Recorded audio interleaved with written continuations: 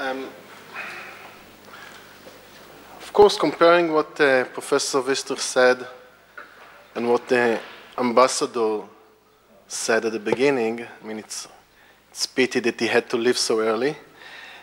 But now we, of course, will be able to hear the Mike Whine's perspective. And he's really the leading expert in UK on anti-Semitism. And let me first introduce our friend Mike Whine, whom we honor this evening. So I first met Michael Whine, our friend Mike, in Tel Aviv some 20 years ago, when I served as the coordinator of the newly established project for the study of anti-Semitism, which is now part of the Kantor Center headed by Professor Dina Porat, who at that time was the first head of the project. And from the very beginning, we decided to work, this was our policy until today, to work together with the Jewish communities and Jewish organizations. And Michael Whine was really one of our first colleagues and most trusted colleagues.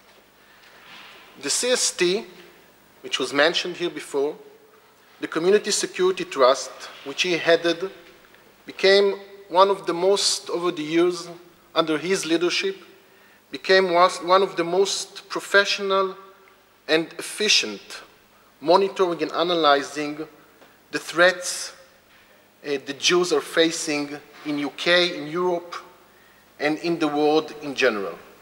And Mike Whine has become one of the leading experts worldwide and a mentor to many in these fields. Michael tried over these years to combine theoretical aspects.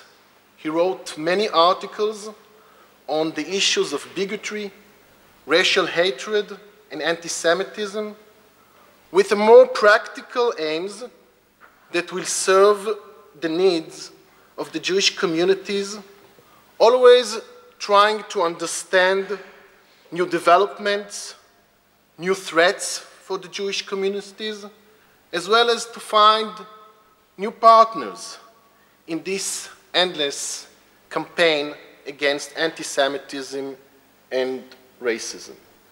Mike, please.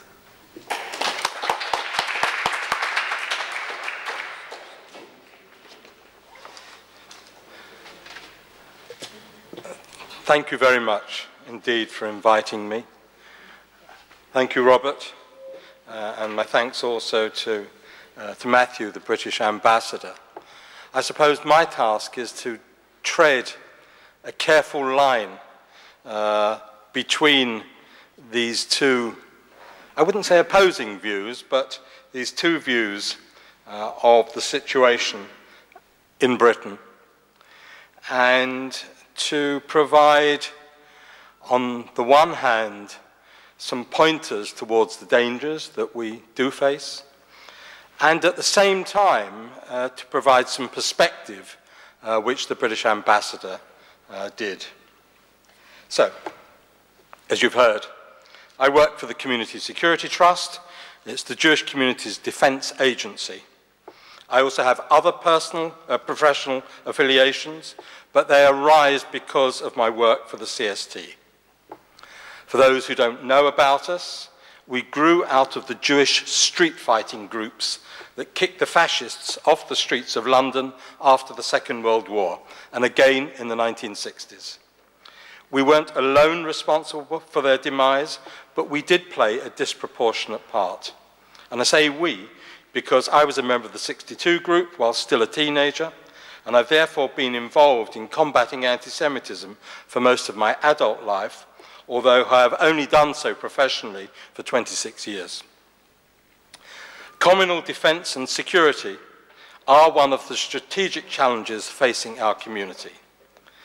They may not be the most pressing, but they are the ones that preoccupy me, and I'll return to these challenges when I've discussed some others.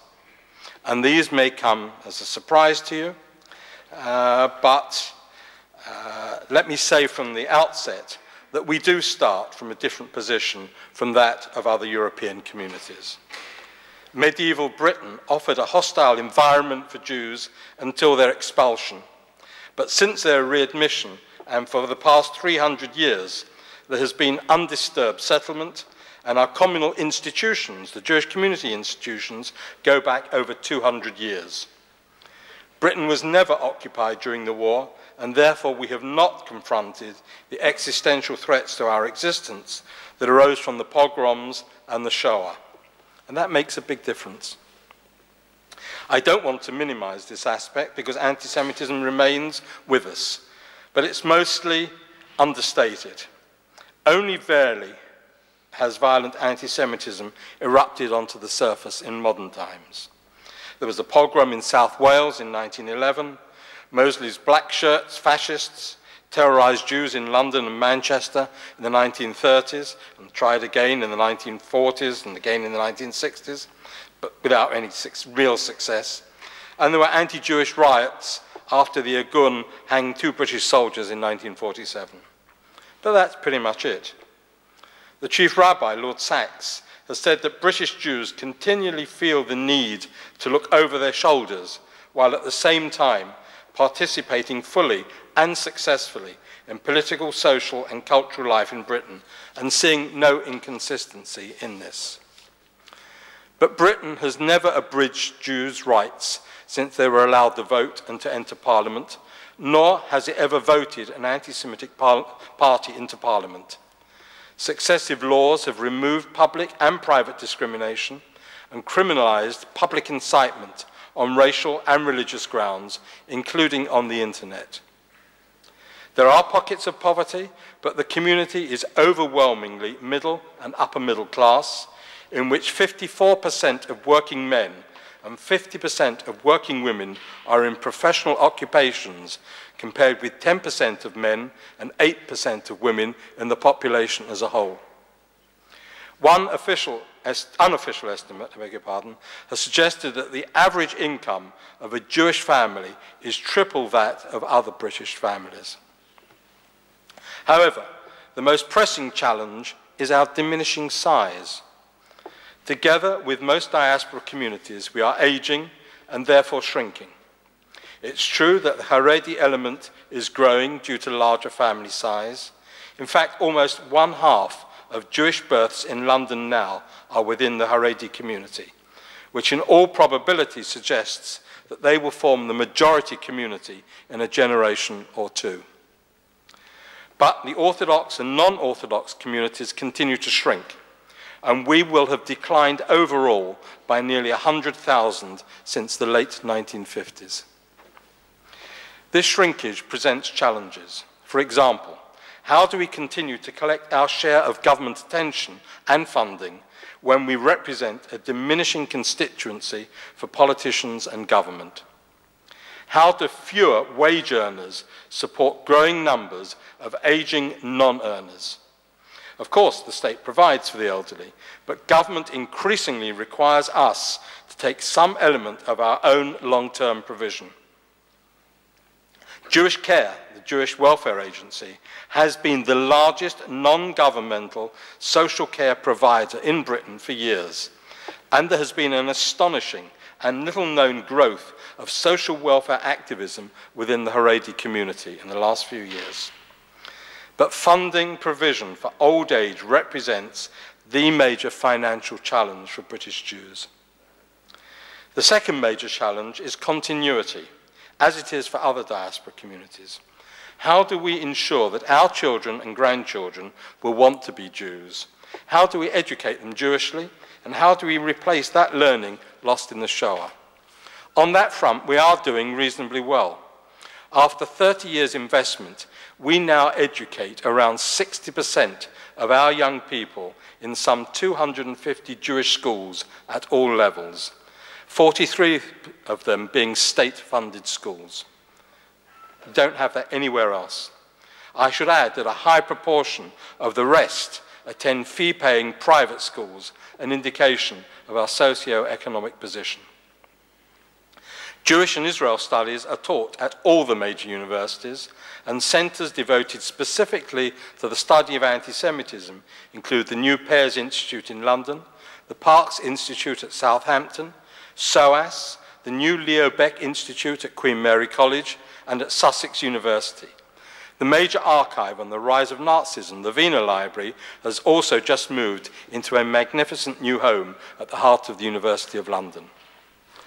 Britain has never been a great centre for yeshiva studies, but the Gateshead Yeshiva and Associated Kollel are world-class centres, and with the Manchester Yeshiva and Associated Kollel, attract over 1,000 students a year. But it's in the field of informal Jewish education that Britain really excels. Limud, Jewish Book Week, and the Jewish Film Festival are world-class institutions which have spawned franchises or copies in other countries. The London Jewish Cultural Centre is full to overflowing, and a second multi-million-pound cultural and sports facility will open next year. The enlarged New Jewish Museum won the Best Small Museum Award recently, and the Jewish Military Museum, which illustrates the disproportionate and outstanding role played by Jews in Britain's wars, has outgrown its premises and will move to a new location in a year or two. A third strategic challenge is our response to successive governments' policies of localisation and devolution from central government. The latest initiative, the Localism Act, promotes decentralisation of power and devolution to municipal authorities and local institutions. The danger for us is that communities that are too small become invisible to local institutions. We have spent 250 years building strong and effective national institutions. Localisation of budgetary decision-making will impact disproportionately on minority communities and isolated individuals within these communities. This will affect our school funding, for example. Had government money for enhanced security for Jewish schools been distributed via the traditional route, it would have resulted in a system of block grants, and the bulk might have gone to local authorities where there are no Jewish schools. Fortunately, the Department for Education allocated the money to be distributed through the CST, who, working with police community terrorism units, identified local Jewish schools' actual needs. The challenge to Shechita is ever present, with a growing threat coming from within the European Union. Such challenges previously came from the animal welfare lobby, which has yet to accept that meat destined for the kosher trade has to be treated humanely before slaughter, and that Shechita conforms with all the norms of animal welfare, and that it incurs no more suffering to the animal than other methods. And that includes the many mechanical methods, such as gassing, electrocution, or shooting. However, the threat now comes largely from anti-Muslim groups and is based on the worst type of racism. Holland, France, and Belgium have live issues now. And in the UK, too, we are currently working through the implementation of a new European Union regulation, which is causing us some difficulty. Another more recent challenge has been to Brit Milah. Now that the medical profession largely accepts that Brit Milah at 8 days is humane and that a ban would breach Jews' religious rights, we suffer from a reaction to the less rigorous practices of Muslims, and attempts to regulate these impact negatively on us. Our concerns in both these sensitive areas, which go to the heart of Jewish religious practice, are being met now by close discussion with Muslim community leaders and medical practitioners in the hope that they can raise their standards. Another set of challenges, and they are as big as the others, are the unintended effects of legislation which will impact our community in the near future. To mention just a few, the Localism Bill, as I noted, promotes the decentralisation of power and devolution to municipal authorities and local institutions. Over a third of our communities are small and will fail to attract attention. The Board of Deputies of British Jews and the Jewish Leadership Council are now working to strengthen these communities and Jewish neighbourhoods in order that we do not lose out. The House of Lords Reform Bill provides for a 50% reduction of peers 80% of whom will become directly elected. We enjoy huge support in the Lords, where 80 out of around 600 peers are self-identified Jews. We therefore stand to lose substantial political support in an increasingly important second chamber.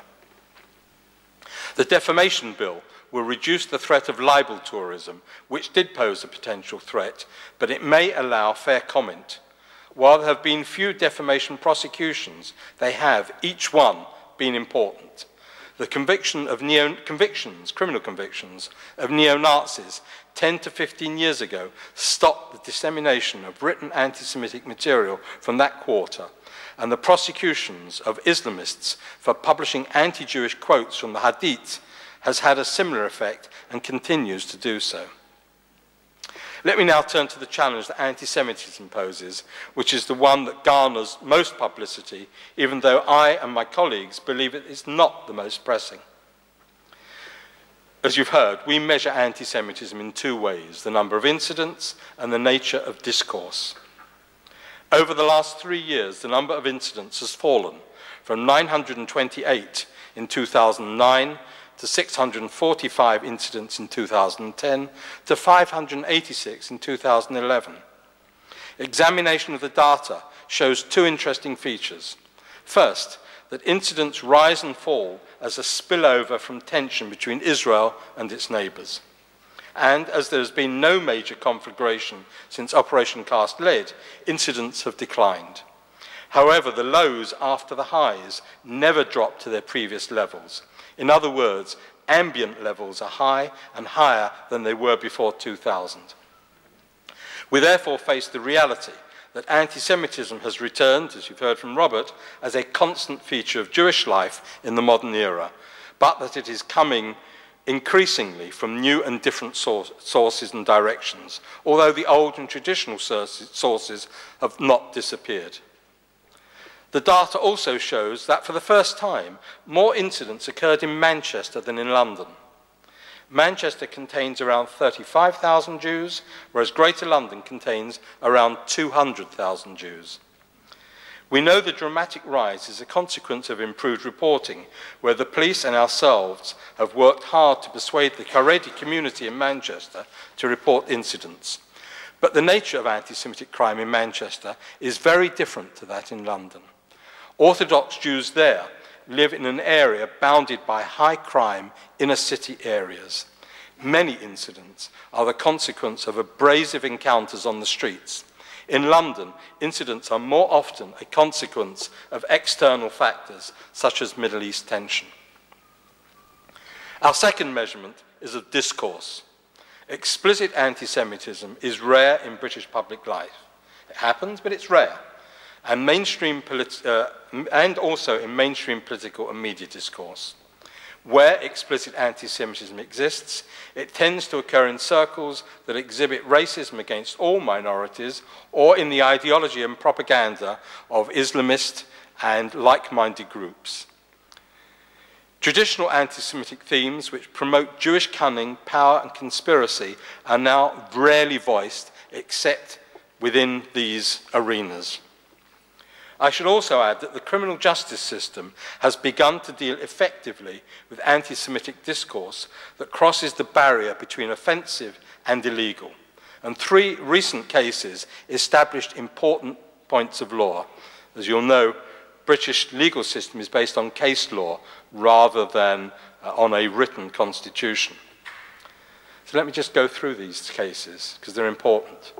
The Shepherd and Whittle case, one of the first to be heard by our new Supreme Court, established that publishing racist and anti-Semitic incitement online amounted to publishing to the world and not to a limited and private audience, and that the offence occurs where the material is uploaded, not where the service provider is located.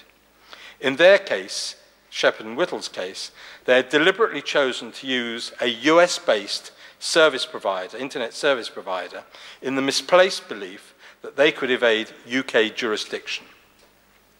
In the Mohammed Sandia case, the Scottish courts held that posting anti-Semitic incitement to the unmoderated online blog of a daily newspaper did not constitute free speech, and that the paper was responsible for content. In the more recent Donaghy case, the Scottish courts held that incitement against Israel was illegal, and that it did not constitute fair political comment. While anti-Zionist discourse is not a significant feature of British public life, it is increasingly prevalent in some liberal and left sections of society, most notably among radical left activist groups and unions, and this often overwhelms and drowns out the positive views that you see in other parts of the media. So we monitor and analyse anti-Semitism to a level, I would suggest, not achieved by any other community in the world. So much so that for some years, the British government used CST figures as the official UK data. Now, for the past 2 years, the police are able to provide their own data, and we review both sets with the police, ours and theirs, on a regular basis to ensure symmetry. I certainly agree with Professor Wistrich's thesis that the Muslim world has become increasingly anti-Semitic and that it spreads and spreads throughout Muslim communities. But then there are many Muslims who are not anti-Semitic. Muslim friends tell us that they hear anti-Israel and anti-Semitic talk among their children, and they're concerned that it may come to be predominant. But many grow out of this when they pass into the adult world. And though I would list this as a strategic challenge, the long-term research and our own observations suggest that the majority Muslim community is generally not that interested in the Israel-Palestine issue. As you've heard, the overwhelming majority of Muslims in Britain come from Southeast Asia and not from the Middle East or North Africa. In the meantime, various government departments are taking quiet and effective action against campus extremism and anti-Zionist activity that could restrict the lives of Jewish students. And in parallel, as it were, the cumulative effects of Holocaust education, taking Muslim students to Auschwitz, and the work of groups like the Three Faiths Forum, the Wolf Institute for Muslim Jewish Studies at Cambridge, and the exchanges of trainee rabbis and imams between the Muslim College of Britain and Leo Beck College are having a long-term and positive effect on Muslim Jewish understanding. I've made the point elsewhere that the CST's success in combating anti-Semitism has been aided by three things: the all-party parliamentary inquiry into anti-Semitism and the government's response to it, the challenges wrought to the criminal justice system by the Macpherson inquiry into the murder of black teenager Stephen Lawrence, and the Jewish community's ability to respond quickly and effectively to society-changing initiatives by successive governments. The 2006 all-party parliamentary inquiry report contained 35 recommendations, which included greater government support for the Jewish community's security needs, an investigation into the low number of prosecutions for criminal anti-Semitic acts, intensified cooperation between the police and CST, commissioned academic research on the correlation between conflict in the Middle East and anti-Semitic attacks, government action on internet sites that promote anti-Semitism, the establishment of an academic working party to investigate and act against anti-Semitism on British campuses, increased intercommunal dialogue, and the appointment of a high-level envoy on post-Holocaust issues and anti-Semitism. The government's response a year later confronted all these issues and put in place an interdepartmental working group with Jewish community representation to work through the recommendations, produce solutions, and, importantly, to report back to Parliament annually. The inquiry spawned another inquiry, that by the Crown Prosecution Service, into the low number of prosecutions for incitement and violence motivated by anti-Semitism. That too deliberated for a year, and its recommendations have led to increased prosecutions and close working liaison between the CST and the Prosecution Service. Among the consequences of the Stephen Lawrence inquiry were the establishment of the Ministry of Justice Advisory Group on Hate Crime, on which CST represents all faiths, Muslim, Christian, Hindu, Sikh, and so on, and which has active oversight over policing and legislation. Another was the Government Hate Crime Action Plan, which was recently reviewed and republished. Again, Jewish concerns are more than proportionately addressed, and some of our initiatives to counter anti-Semitism and racism are now funded centrally by government. Let me also note some other initiatives which are not at all well known. Our relationship with the main churches is strong and growing closer.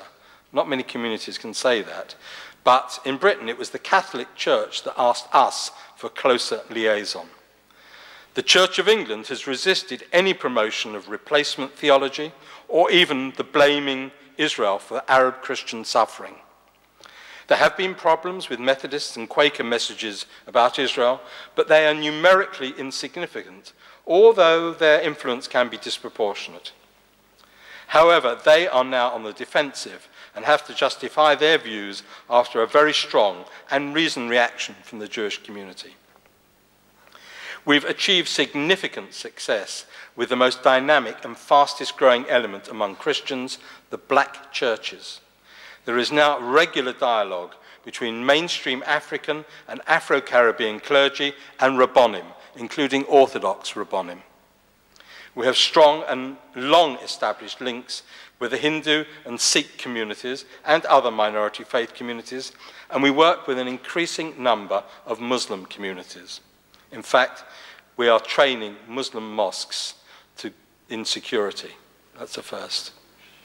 The latest government-funded project to enable Muslims to measure anti-Muslim hate crime is advised by the CST. I noted that the current government and its two predecessors have responded empathetically to our concerns, particularly over anti-Semitism, but so have the European institutions. The European Union's Fundamental Rights Agency is funding the largest ever survey on perceptions of anti-Semitism in 9 European Union member states. The results will be published this time next year. And the European Commission is funding the training for small Jewish communities to gather data on anti-Semitism and to analyse it to criminal justice standards, to fill the gaps left by governments' inabilities to do so.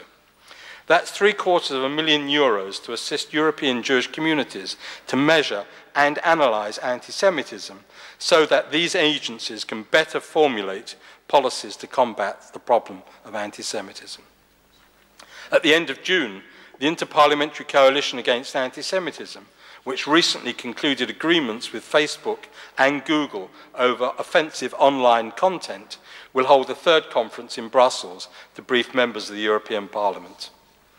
So, despite our worries about some Jewish communities in Europe, and there are genuine worries, we find that European institutions are recognising our legitimate concerns and are prepared to invest hard cash in solutions.